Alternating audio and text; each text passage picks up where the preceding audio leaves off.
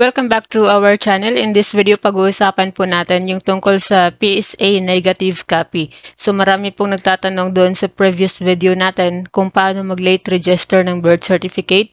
So maraming katanungan po doon kung ano yung dapat gawin kapag nakatanggap ng PSA na negative copy or kung saan maaaring kumuha, kung paano kukuha ng negative copy doon sa mga hindi pa alam kung paano. So, sasagutin natin yung mga katanungan na yan.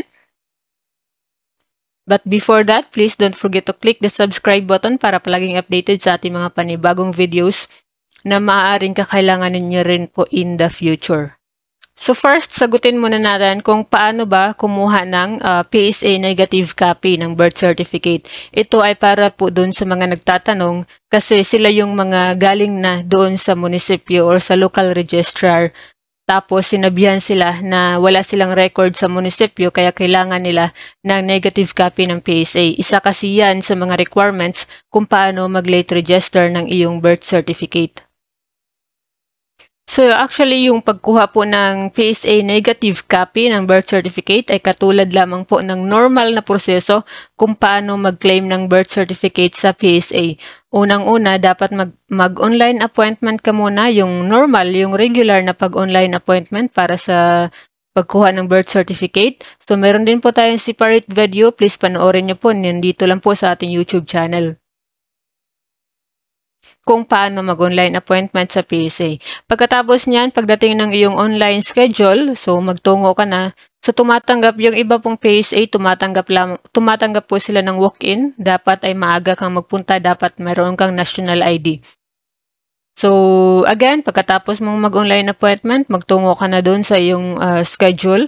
Tapos mag-fill up ka lang ng form para sa pagkuha ng birth certificate. So walang dapat sulatan na negative copy yung kukunin mo. Ilagay mo lamang sa purpose na for late registration. Pagkatapos ay sundin mo lamang yung proseso ng PSA mula sa pag-verify ng iyong requirements hanggang sa ma-release na ang copy ng iyong PSA. So, kung talagang wala kang record, kung tama nga talaga yung local na munisipyo po ninyo na wala kang record or hindi ka na-register, so, automatic na yung i-release sa iyo na kopya ng PSA ay yung negative copy. So, negative certification. So, kakakuha ko nga lamang po ng para sa aking mother. So, ito po yung kopya ko. So, tinakpan lamang po natin yung mga yung mga personal details. So, ganito po yung makikita po ninyo. Negative certification of birth. Yan po yung nakasulat. Tapos dito, magre-reflect po dito yung name, date of birth, place of birth, father, mother. So, lahat po ng nakasulat dito ay base po doon sa fill up mo sa form. Dahil wala nga po silang record. So, ito meron nga po dito nakasulat, we certify that we do not have any record of birth of, ayan. Tapos, meron dito nakasulat na further verification may be made. So, kung galing ka na nga doon, so, ayan, yan na yung next natin pag-uusapan. So, sana nasagot natin yung katanungan ng mga galing na doon sa munisipyo kung paano kumuha ng PSA negative copy. So, again, yung normal lamang po na proseso ng pagkuha ng birth certificate sa PSA. So, pangalawang katanungan, para po doon sa mga dumiretso doon sa PSA, tapos kumuha sila ng birth certificate. Tapos, na-surprise sila kasi nga negative copy yung kanilang natanggap. So, yung iba, natatakot ka agad na baka wala silang or baka hindi sila registered. So, yung the best gawin, after pong makatanggap ng PSA negative copy. So actually, yung sa akin ay binigyan po ako ng kopya ng maliit na papel. Doon po nakasulat kung ano po yung dapat gawin. So ipapakita ko po sa inyo pero in Bisaya siya, ita-translate ko. So ito yung mga dapat gawin. Itong maliit na papel na to ay galing mismo sa PSA na naka-attach po ito sa negative certificate na negative birth certificate ng aking ina. So, mga dapat daw pong gawin kung nakatanggap ng negative copy. Hindi lamang po ito sa birth certificate, pati sa marriage and death certificate, kung negative copy yung iyong natanggap, ito na po yung same lamang po yung proseso. So, by the way, ano ba yung negative copy? So, ibig sabihin po niyan ay wala po kayong record sa PSA, pero hindi nangangahulugan na hindi kayo nakarehistro. Kaya nga po, ito yung dapat nating basahin kung ano yung dapat gawin. So, una, magtungo sa local civil registrar's office kung saan ka ipinanganak, kung saan ka ikinasal, or kung saan namatay yung kukunan mo ng death certificate, kung death certificate. So, again, parehas lang po ang proseso ng kapag nakatanggap ng negative copy ng birth, marriage, or death certificate. So, pagkatapos mo pong magpunta, so take note, dapat doon ka po pumunta sa local registrar. Nasa munisipyo po sila. Pagdating mo ng munisipyo or ng city hall kung saan ka ipinanganak, so tandaan kung saan ka dapat ipinanganak, doon ka po magtungo. Dahil siguradong wala kang record doon sa kung hindi ka doon ipinanganak. So, pagkatapos mo magpunta ng local civil registrar, dapat ay i-verify mo, tanungin mo sa kanila kung ikaw ay nakarehistro. Meron kasing mga instances na nakatanggap ka na wala kang record sa PSA pero meron kang record sa munisipyo or sa local kung saan ka ipinanganak.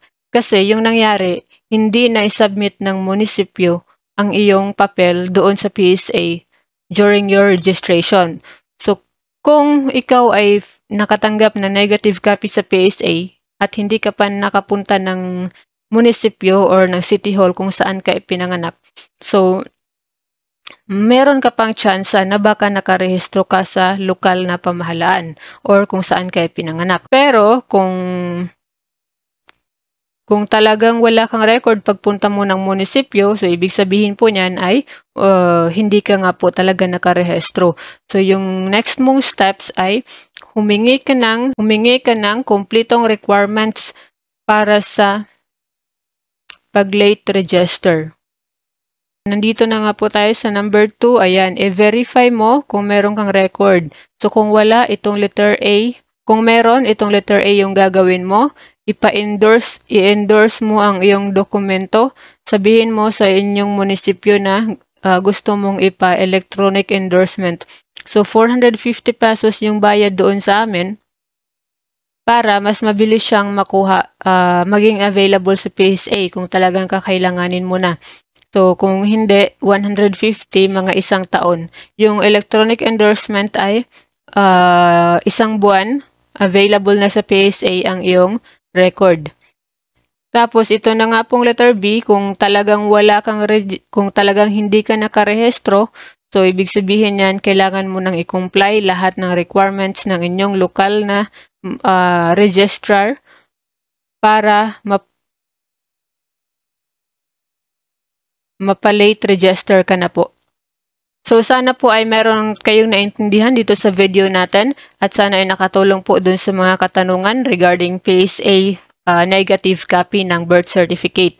So meron tayong video doon po sa kung paano mag-late register. Nandito lamang po sa ating YouTube channel. Pero bala ko rin po gumawa ng panibagong video doon sa base sa experience ko po nung pag-process namin nitong nakaraang mga ilang araw lamang na nag-process kami ng late registration of birth certificate ng aming magulang. So, yun po ang ibabahagi ko sa inyo dahil meron pong ibang mga requirements na hindi ko nabanggit doon sa previous video natin. Kasi tulad nga ng sinabi ko doon sa doon sa nauna kong video kung paano mag-late register, nakadepende po talaga sa inyong local registrar kung anong mga requirements ang hihingin nila para ikaw ay mapa-late register. So, antabayanan nyo po yung ating pangalawang video, how to late register. dahil marami din po akong i-share na mga based po sa aming experience. So ngayon ay sa awa ng Diyos ay naka-register na po yung aming ina. So again, thank you for watching this video and please don't forget to click the subscribe button para laging updated sa ating mga panibagong videos.